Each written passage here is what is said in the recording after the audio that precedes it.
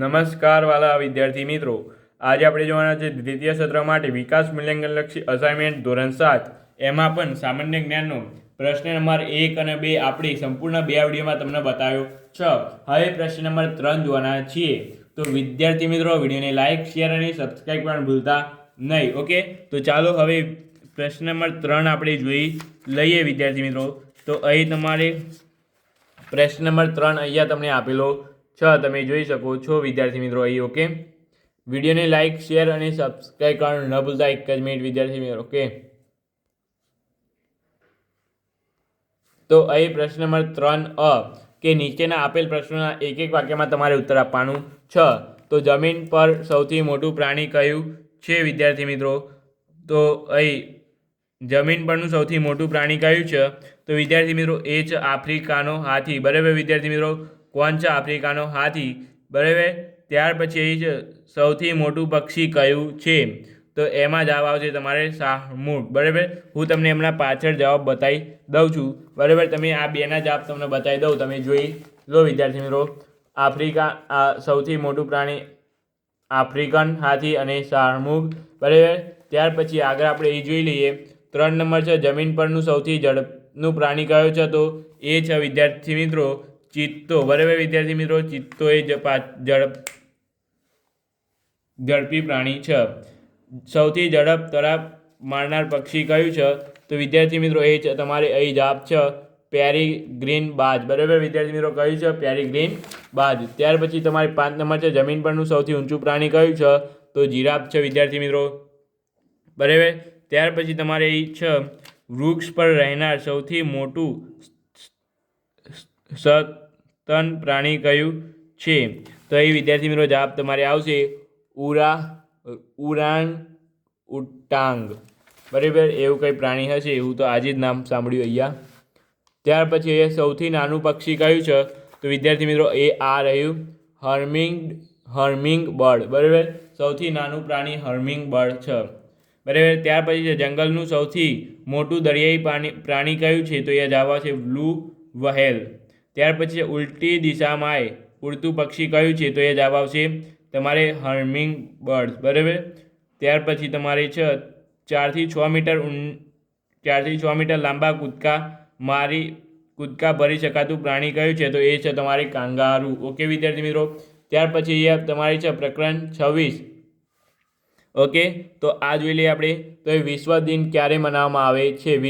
વિશ્વ વસ્તી દિન ક્યારે મનાવવામાં આવે છે? તો એ છે 11 જુલાઈના દિવસે. ત્યાર પછી બીજો છે હિરોશિમા દિન ક્યારે ઉજવાય છે? તો એ છે 6 ઓગસ્ટના દિવસે. વિશ્વ તમાકુ નિષેધ દિન ક્યારે ઉજવવામાં આવે છે? તો 31 મેના દિવસે. ત્યાર પછી વિદ્યાર્થી મિત્રો રાષ્ટ્રીય વિજ્ઞાન દિવસ ક્યારે ઉજવવામાં આવે છે? તો એ છે 28 ફેબ્રુઆરીના દિવસે. ત્યાર પછી અહીંયા છે વિશ્વ પર્યાવરણ દિન ક્યારે ઉજવવામાં આવે છે? તો એ છે 5 જૂનના દિવસે.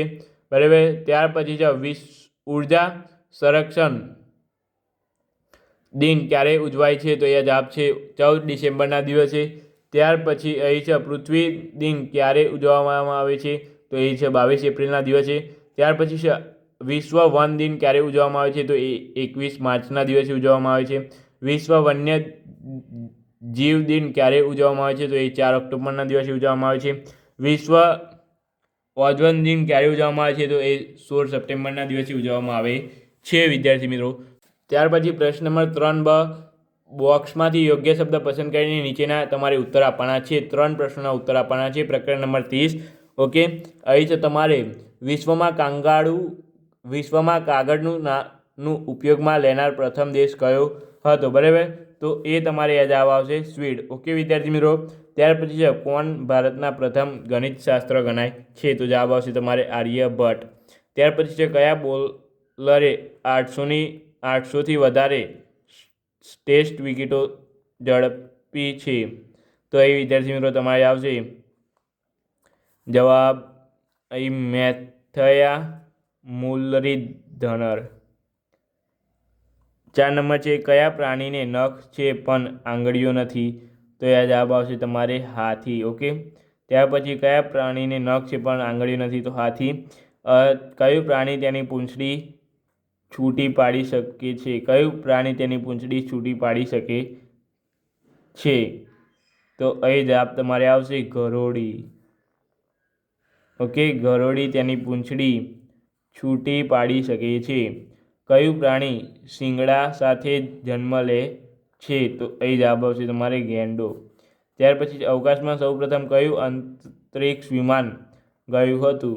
તો અહીં વિદ્યાર્થી મિત્રો તમારે જવાબ આવશે કોલંબિયા. 8 નંબર છે પૃથ્વીની સૌથી નજીક આવેલો તારો કયો છે? તો અહીં જવાબ આવશે તમારે સૂર્ય. ઓકે વિદ્યાર્થી મિત્રો, જવાબ આવશે તમારે સૂર્ય. ત્યાર પછી 9 નંબર છે તમારે અકબરના દરબારમાં પ્રખ્યાત સંગીતકાર કોણ હતો? તો એ જવાબ તમારે આવશે તાનસેન. ઓકે વિદ્યાર્થી મિત્રો.